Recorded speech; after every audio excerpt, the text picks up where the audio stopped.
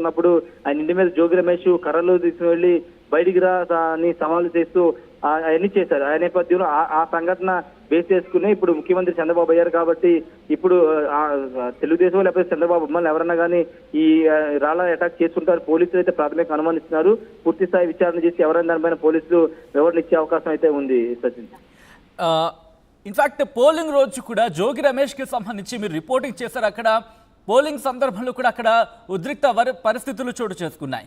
So అటువంటి scenario నేపథ్యంలోనే ప్రస్తుతం ఇక్కడ సెక్యూరిటీ పెంచిన పరిస్థితి కింద అనుకోవాలా, లేకపోతే దాడి నేపథ్యంలో మరింత సెక్యూరిటీ పెంచాలి? ఎందుకంటే ఎప్పుడైతే పోలింగ్ రోజు అటువంటి ఘర్షణాత్మక వాతావరణం జరిగిందో మనం చూసాం.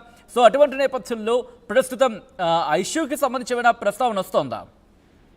అంటే ఆ రోజు పోలింగ్ బూత్ వద్ద రిగ్గింగ్ పాల్పడడానికి జోగి రమేష్ అనుచరులు ప్రయత్నించారనేది అప్పుడు పెన్నలూరు ప్రస్తుత ఎమ్మెల్యే బోడే ప్రసాద్ ఆరోపణ చేసి అక్కడ అప్పుడు ఆ రోజు పెద్ద యుద్ధ వాతావరణం అక్కడ నెలకొంది. అయితే ఆ ఇష్యూకి ఇప్పుడు దీనికి సంబంధం లేదు. ప్రస్తుతం గతంలో చంద్రబాబు నాయుడిని మంత్రిగా ఉన్నప్పుడు మంత్రి కాకముందు జోగి రమేష్ ఇష్టానుసారంగా మాట్లాడారు, ఇష్టానుసారంగా వ్యాఖ్యలు చేశారు, ఇంటి మీద వెళ్లి దాడి చేసే ప్రయత్నం చేశారు. అనే కారణంతోనే చంద్రబాబు లేకపోతే చంద్రబాబు అభిమానులు కానీ లేకపోతే తెలుగుదేశం పార్టీ సానుభూతి పరులు ఈ విధంగా చేస్తుంటారు చెప్తున్నారు.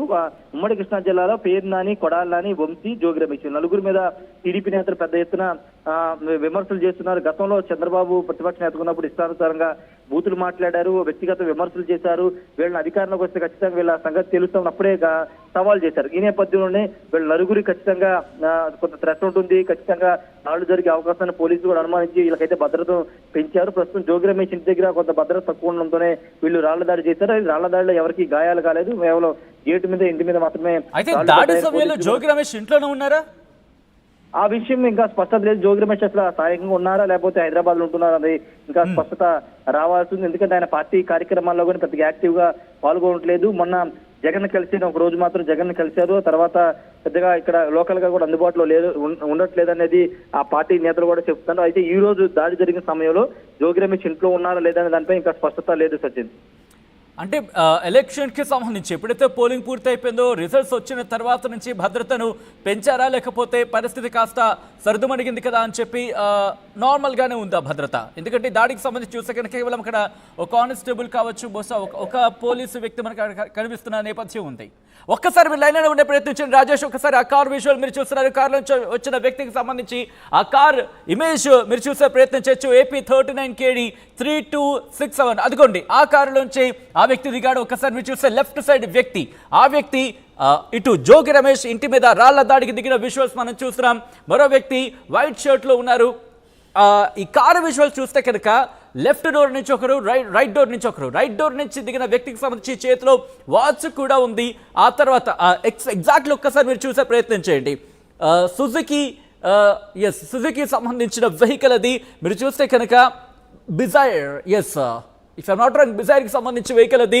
మీరు చూస్తే ఆ వెహికల్ AP 39 KD 3267 వెహికల్ అది. ఒక్కసారి ఈ విజువల్ని మీరు చూడండి. అంటే దానికి సంబంధించి దాడికి సంబంధించి ప్రీ ప్లాన్గా వచ్చినట్టుగానే భావించవచ్చు. కారులో వెనక నుంచి దిగారు.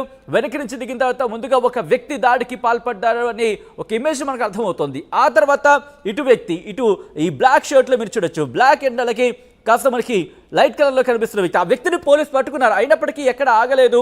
మరో వ్యక్తి వచ్చారు పోలీసులతో వాగ్యుద్ధానికి దిగుతున్నప్పుడు మరొక వ్యక్తి అదిగో మనం అనుకున్నట్టుగానే, ఎందుకంటే ఆ కారులోంచి రైట్ సైడ్ దిగిన వ్యక్తి చేతిలో ఇఫ్ ఐఎమ్ నాట్ రాయిని పట్టుకున్నట్టుగానే భావించవచ్చు. దిగిన తర్వాత వెంటనే ఆ రాయితో దాడి చేశాడు ఆ ఇంటి మీద. ఆ తర్వాత ఇటు లెఫ్ట్ సైడ్ దిగిన వ్యక్తి బ్లాక్ అండ్ వైట్ లేకపోతే బ్లాక్ అండ్ లైట్ కలర్లో ప్యాంట్లు చూస్తున్న వ్యక్తి, ఇన్ఫాక్ట్ బ్లాక్ అండ్ ఒక లైట్ కలర్ ప్యాంట్ మీరు చూస్తున్న వ్యక్తి, ఆ వ్యక్తిని పోలీసులు పట్టుకున్నారు. ఆ పట్టుకున్న సందర్భంలోని వెంటనే మరొక వ్యక్తి కారు నుంచి వచ్చాడు. వచ్చి పోలీసులతో వాగ్యుద్ధానికి ముగ్గురున్నారు. ఆ ముగ్గురు వ్యక్తులు మీరు చూడొచ్చు. ముగ్గురు వ్యక్తులకి సంబంధించి ఆ మాటల యుద్ధానికి దిగుతున్న సందర్భంలోని, పోలీసులతో వాగ్యుద్ధానికి దిగుతున్న సందర్భంలోని అటుగా వెళ్తున్న మరో వ్యక్తి అక్కడ దాడి చేసిన సందర్భం ఆ ఇంటి మీదకి. అదిగోండి first floor, if I'm not wrong first floor టార్గెట్గా అక్కడ గ్లాస్ అద్దాలు ఉన్నాయి. గ్లాసు అద్దాలే టార్గెట్గా వాళ్ళు ఇస్తున్న సందర్భాన్ని మీరు చూస్తున్నారు. గ్లాసు అద్దాల మీద టార్గెట్గా కొడుతున్న సందర్భాన్ని మనం చూడొచ్చు.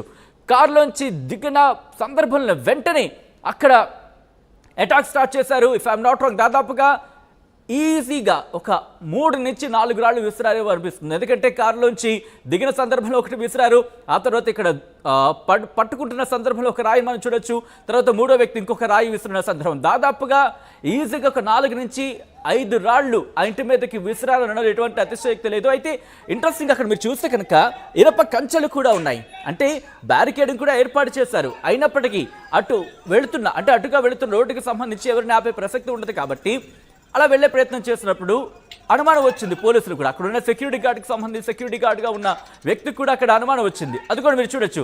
పడిన రాయికి సంబంధించి ఇద్దరు కూడా మళ్ళీ దాడి చేస్తున్నారు. అలా కంటిన్యూస్గా దాడి చేస్తున్న పరిస్థితే మనం చూస్తున్నాం. అయితే ఆ దాడి ఘటన సమయంలో దాడి జరుగుతున్నప్పుడు జోగి రమేష్ ఇంట్లో ఉన్నారా లేదా అనే అంశానికి సంబంధించి ప్రస్తుతం ఇంకా కన్ఫర్మేషన్ రావాల్సి ఉంది. దాంతోపాటు టీడీపీ సానుభూతి పరుడా కాదా, లేకపోతే దాడికి ఇంకేమైనా కారణాలు ఉన్నాయా? జోగి రమేష్ ఇంటి మీద దాడికి సంబంధించి రాళ్ల దాడి విజువల్స్ మీరు చూస్తున్నారు. అదిగో అదిగో అదిగో మీరు చూడొచ్చు. వైట్ షర్ట్ల వ్యక్తి మళ్ళీ వచ్చాడు. వచ్చిన తర్వాత పోలీసులతో అక్కడ వాగ్యుద్ధానికి దిగాడు. తర్వాత ముగ్గురు కలిసి మరొకసారి దాడికి దిగిన విజువల్స్ మీరు ఆ సర్కిల్లో మీరు చూస్తున్నారు.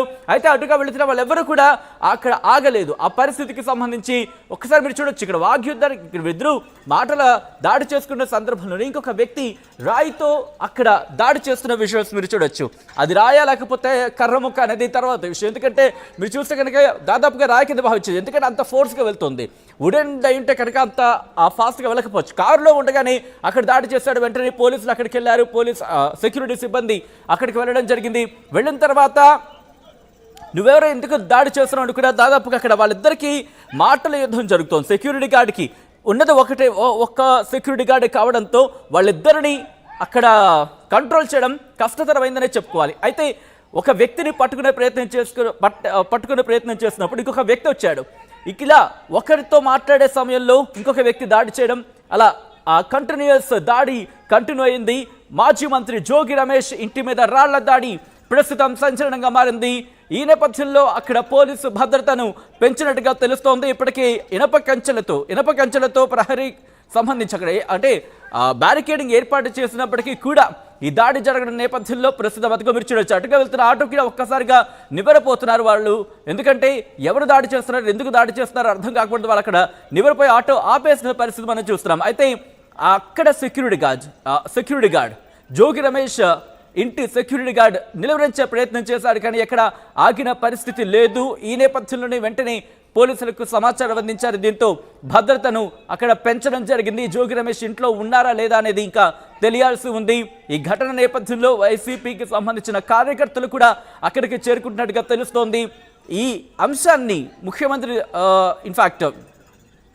ముఖ్యమంత్రి దృష్టికి తీసుకెళ్లే అవకాశం కూడా ఉందనే చెప్పుకోవచ్చు. ఎందుకంటే మాజీ మంత్రి ఇంటి మీద దాడి అంటే కనుక అది దాదాపుగా ముఖ్యమంత్రి దృష్టికి వెళ్ళే అవకాశం ఉంటుంది. అయితే ఈ నేపథ్యంలోనే పోలీసులు అక్కడ భద్రతను మరింత కట్టుదిట్టం చేశారు. ఎందుకంటే ఇటు ముఖ్యమంత్రి చంద్రబాబు ఎప్పుడో చెప్పారు, మేము కక్ష సాధింపు చర్యలకు దిగవంటూ కార్యకర్తలు కూడా సంయమనం పాటించాలన్నారు.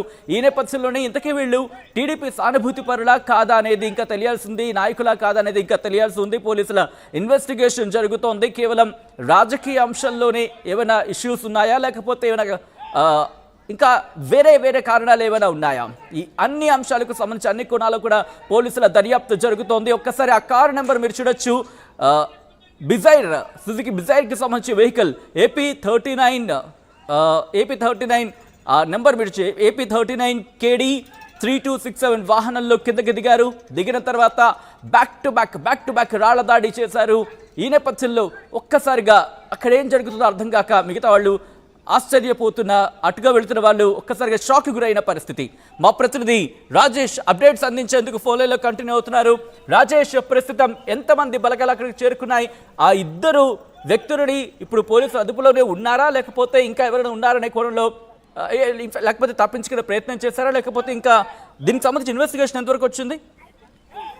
పోలీసులు ప్రస్తుతానికి చేరుకుంటున్నారు, భద్రత ప్రొవైడ్ చేస్తున్నారు జోగి రమేష్ ఇంటి వద్ద. అయితే ఎవరు అనే దానిపైన ఇంకా స్పష్టత రాలేదు. ఎవరు చేశారు ఏంటనే దానిపైన కారు నెంబర్ ఆధారంగా వాళ్ళని ఏమైనా గుర్తించే అవకాశం ఉంది సచిన్. ప్రస్తుతానికి అయితే జోగి రమేష్ వైసీపీ కార్యకర్తలు కూడా జోగి ఇంటికి చేరుకున్నట్టు తెలుస్తుంది.